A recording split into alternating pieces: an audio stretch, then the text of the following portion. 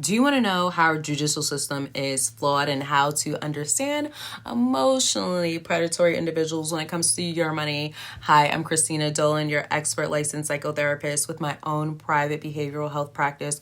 For my viewers, what I'm doing is teaching you the cheat codes to human behavior. Everything that you can possibly think of is driven by psychology. I'm going to give you the real, straight up, and no chaser. If you didn't know, January is our National Stalking Awareness Month. I know, why does this matter to you? Because stalking is shockingly prevalent and it's a crime that is actually very difficult to get justice for the victim. Stalking can happen to anyone, but stalkers who use vexatious litigation for monetary goals target up-and-coming businesses and established businesses as they view these establishments as lucrative. If you're not a business owner but you have thoughts of being an entrepreneur, then this video is for you. When you begin to make money, someone's already calculating how to take it, even when you don't see yourself as successful. There will be onlookers that want your spot, and this will literally make some lose their mind.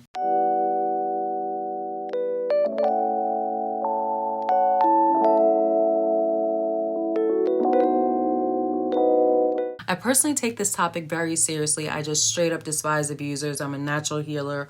Also, I've been stalked at low levels and most recently a very high level by a patient who I only saw twice, but it took me 3 whole calendar years for him to leave me alone after he was done with his goal. What you need to know is that all abusers have different goals, or cleverly said, a modus operandi. Stalking is ridiculously hard to prove if there are no DNA, no video, no witnesses. It's basically pointing the finger. I've realized even if there are witnesses, many people will not speak up in fear. They too will become the stalker's prey. Stalking includes fear, control, intimidation, and destruction, either mentally, physically, or financially towards the victim, most likely all three. Many systems and people failed me, and the way I was stalked, there was virtually no literature at the time for me, and it further isolated me. StalkingAwareness.org describes an estimated 13.5 million people are stalked in a 1-year period in the United States. Nearly 1 in 3 women and 1 in 6 men have experienced stalking victimization at some point in their lifetime. As you can see, this is very alarming, so much so that Netflix created a series called I'm a Stalker. The type of stalking I experienced was more cunning, elusive, calculated, and hardly discussed, and made my aggressor harder to detect within the legal system. Many people think about the basic examples of stalking like unwanted phone calls, showing up to a person's residence, direct threats, but psychopaths are more calculated and manipulative than their impulsive psychopathic cousins, whom can be more overt and pathological in behavior. In my story, the calculated stalker psychopath used the court system to terrorize myself. The stalking, it can be done legally by vexatious litigation. The aggressor is a malignant narcissist. These type of narcissists are categorized by extreme narcissism, aggression, and sometimes abuse. It combines narcissism and antisocial personality disorders. A vexatious litigant can be described as a person who primarily wants to harass, annoy, and otherwise bother the defendant by repeatedly filing frivolous lawsuits with no merit, often with the goal of wasting defendants' time, money, and health due to the stress. Rather than achieving a legitimate legal outcome, the aggressor may be motivated by a personal grudge or misguided delusion better than their claims are valid, but their actions are primarily intended to cause significant harm towards a victim that they are indeed obsessed with. My stalker was triggered when he told me he was fired due to sexual harassment, and I sent him a bill for services. When I sent him his bill, he stated, "Don't you care about me?" I had only met this man twice. During the time I met him as a patient, I already saw red flags that I had ignored. Any non-disordered person would recognize that I am nothing to him, and I shouldn't personally care about him. Healthcare is also a business, and that I treated my abuser like everyone else. I am not supposed to send a bill for my services, and his finances are not my issue.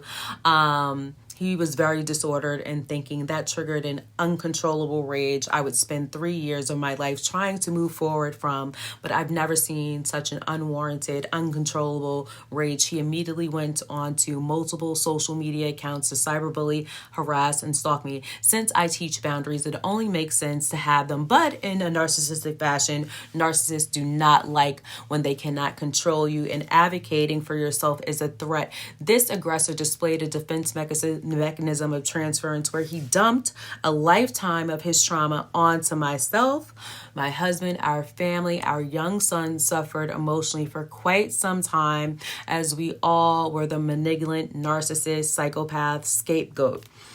Every predator's motivation and wins look different based on their own methodology, how they want to harm you.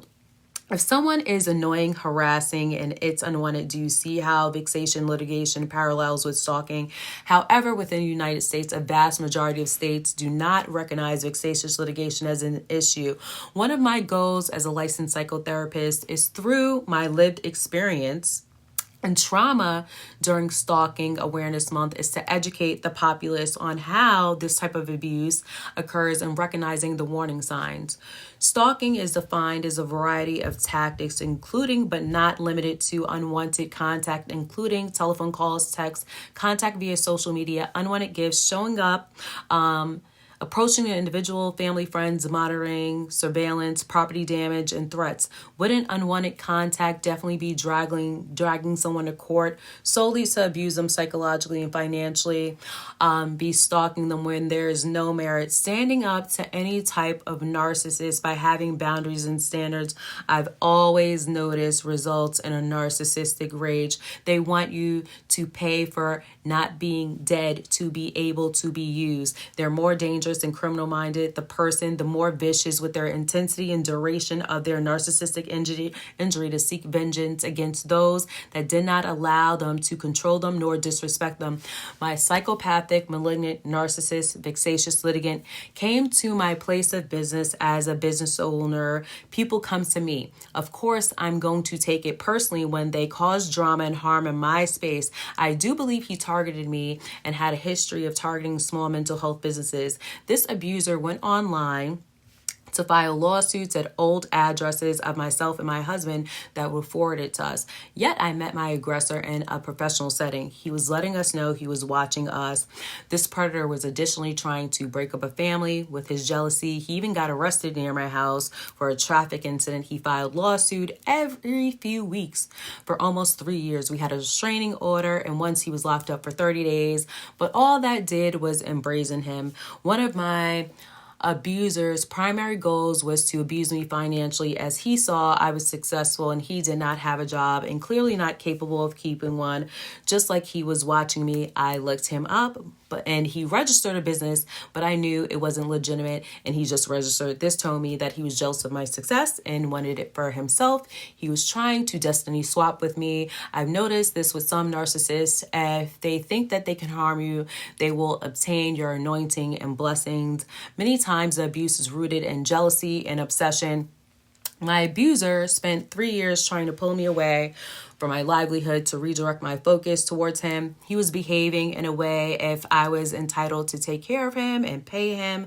I don't know about you, but me personally, if someone tries to steal your time, they're stealing your freedom metaphorically without being physically incarcerated.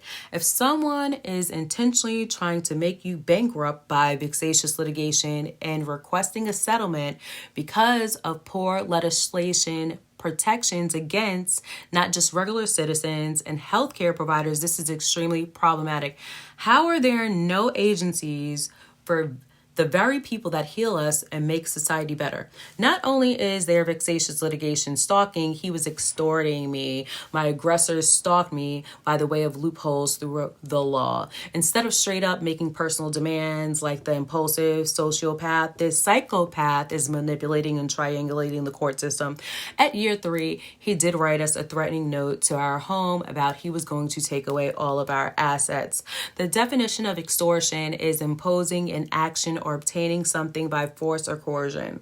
The coercion was constantly writing federal and state agencies to take my license away. A special shout out to the Virginia Board of Healthcare Professionals. I told them that this patient had been stalking me for 3 years. You know what they did? Call him to validate his complaint. He said, it's black. I said, it's black people like you that destroys black businesses. That's all I wrote. And this is what the state agency chose to investigate for years. They could have caused me death with this dangerous abuser. My stalker was trying to covertly extort $25,000 from me for 3 years. And he targeted my business. And the plaintiff was basically shaking down our business by pulling myself away from my business to constantly be in court with him. This man moved to the West Coast and would travel all the way to the South to harass me utilizing the court system. The aggressor was trying to burn us out by paying for lawyers or paying him, which he did. He's made frivolous reports to federal and state agencies while continuing to simultaneously stalk, extort, and psychologically abuse me and my family. Interestingly, he got denied multiple times at the federal level with his lawsuits, but he won at the state level. He knew that if he kept trying the court system, some idiot judge would reward him money. During these 3 years, my husband almost died with cancer and stress. I spent 3 years working easily 60, 70 hours a week to pay for flights weekly for his cancer treatments and to pay for opportunistic attorneys to fight this abuser. Since my husband was sick and I was broken down, I no longer wanted to go to court. But surprise, surprise, in the U.S., if you don't go, judges award them by default. The abuser has clearly been a lot of legal issues, and he knew this. I'm sure he assumed I never had any legal issues and banked on that. He was basically, without saying it, I'm going to continue to keep making attempts to destroy your life until you pay me one day. And he still actually owes our company co-payments. At the end, he stole over 6 figures of our wealth. I worked for years not spending anything, and it went straight to someone.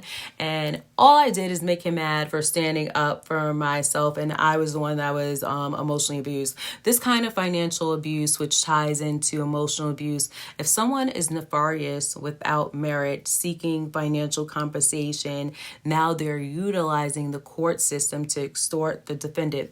There are many factors that make this case of a psychopathic, malignant narcissist, such as the sadism. Everything is personal for them. Holding grudges and taking revenge. Nothing is ever their fault. Zero accountability, ruthless in their pursuit of what they want, and a lack of conscience.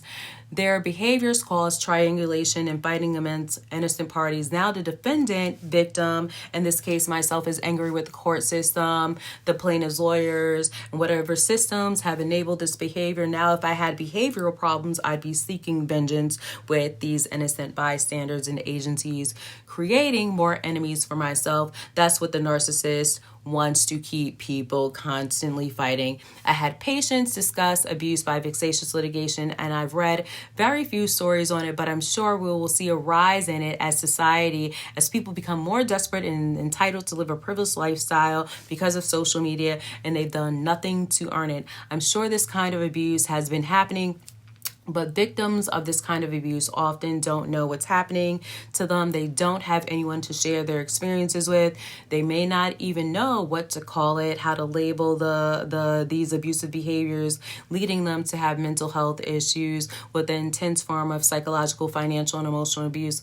What we all can do to protect ourselves from this kind of abuse is to tell our stories and to educate others. Many court systems, governing agencies, lawyers, and just the overall judicial system failed to recognize the psychological manipulation of the general public, which is understandable because their profession is not in psychology but law. Being a licensed psychotherapist, I would bet a vast majority of the cases seen in the American courtroom where the defendant is trying to psychologically prove their innocence with a malignant narcissist plaintiff who has significant mental health issues. So let's take a look at what's wrong with our judicial system in question.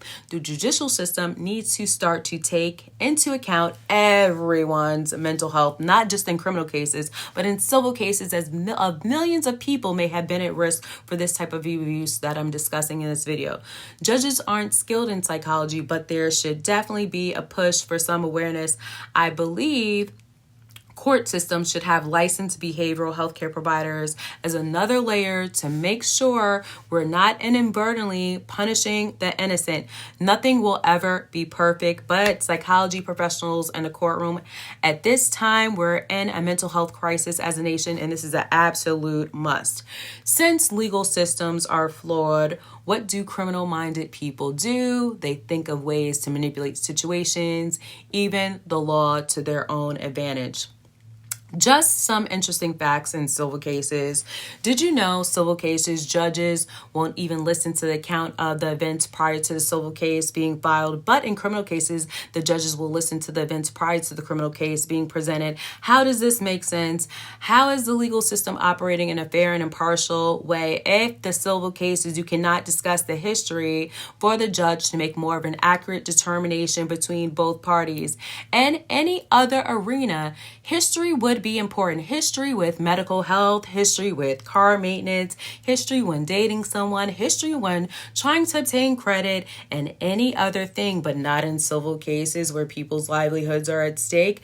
Now, here are some facts about U.S. courts. At the state level, courts are not connected to federal level courts. The federal level courts are interconnected, which you can access information on PACER. States have a constitutional provision that its states are governed independently, with each state setting up their own various level of courts. All states should be connected.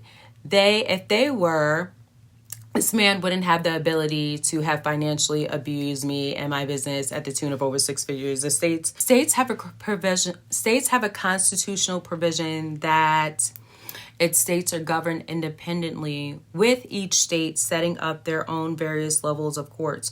All states should be connected. If they were, a man I don't know wouldn't have been able to financially abuse our business and family of the tune of 6 figures. The states would have seen the abuser's case had been rejected countless times for insufficient evidence. At the state level, a private citizen may not be able to access a court database to search for the case information on themselves or others. So how can citizens properly protect themselves from vexatious litigants? Many people have to spend tens to hundreds of thousands of dollars to defend themselves against bogus lawsuits. How many civil incidents presented by antisocial personalities are being overlooked at the state level because the court systems aren't interconnected? Lower level courts in most states aren't connected. For example, in the state that I currently reside in, Virginia, the lower level court, which is called the General District Court, and the next level is called Circuit Court. When someone brings a civil action against you in civil court, the circuit court cannot see what transpired in the lower court, meaning if your case has been repeatedly dismissed for a civil or criminal matter, the circuit court cannot see what transpired, leading to a civil suit being filed in circuit court. Also, if the same aggressor files cases in another jurisdiction at a lower or next level for the same reason or demand, none of the courts can see what's happening in the other courts. This is especially true if someone files the same case against you in the federal district court system. The federal judge cannot see anything at the state level. Hypothetically, this would allow the aggressor to have countless of cases against you at the same time for the same demands, and none of these courts can see what is happening with the other courts. Essentially, our legal system fosters vexatious litigants. As the economy tanks, desperate people who have finding it hard to survive or looking for people that are doing okay, doing well, and they want to take your hard-earned money. Your takeaway, I know, is you may not want to hear this, but I believe everything starts with your mindset. Even when heinous things take place in our lives, it's not always meant for evil. I've seen God change the biggest injustices in my life into a redirection, into something positive, and I know it can happen for you. It's inspired me as a person to keep speaking. John 10:10 states, the New Living Translation. The thief's purpose is to steal, kill, and destroy. My purpose is to give them a rich and satisfying life. This demonic, satanic attack actually was another stepping stone to develop my voice and share my testimony. I know my adversity has helped me to become exceptional in my profession. How can I be a great licensed psychotherapist if I haven't been through anything to relate to my patients? I have been subject to what one would consider extreme traumas in my life: interfamilial sexual abuse. My family even prefers the abuser. I've been raped, experienced poverty, years of living in the projects and witnessing and being the target of neighborhood physical violence, having a gun pointed towards my face. In childhood, someone attempted to drown me in a pool where I couldn't even swim. An attempted kidnapping as a child coming from a broken home. Intra-racism due to colorism and defying interracial group stereotypes, bias, Black women stereotype tropes, chronic workplace sexual harassment, bullying, being denied the same level of respect, love, and compassion as other races of women, chronic alienation due to racism and other projected ideals of inferiority, gang stalking. My perfectionism is never enough because I'm a Black woman, in systemic racism, which even dictates if I'm heard or even get justice. It dictates the amount of support I get, how quickly my efforts equate to success. If someone sees value in me professionally, romantically, personally, this is a case study of my malignant narcissist. Was definitely race and gender hatred. He filed on his demographic form that he was white and Native American, but browner than me, and clearly with African ancestry. His racial self-hatred was projected all onto me. His inferiority as a Black man was projected onto me as a Black woman. Racism isn't any longer Tulsa, Oklahoma, with Black businesses being burning down. It's the constant racism in the form of harassing Black business owners is not burning us down. It is breaking down our accomplishments. And something has got to be done about this. So my takeaway, I know you may not want to hear this, but I believe everything starts with your mindset.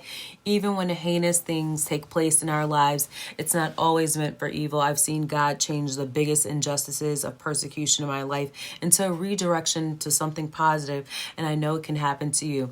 John 10:10 states, "And the thief's purpose is to steal, kill, and destroy." My purpose, and what yours should be too, is to give the thief a rich and satisfying life by not letting them steal your destiny.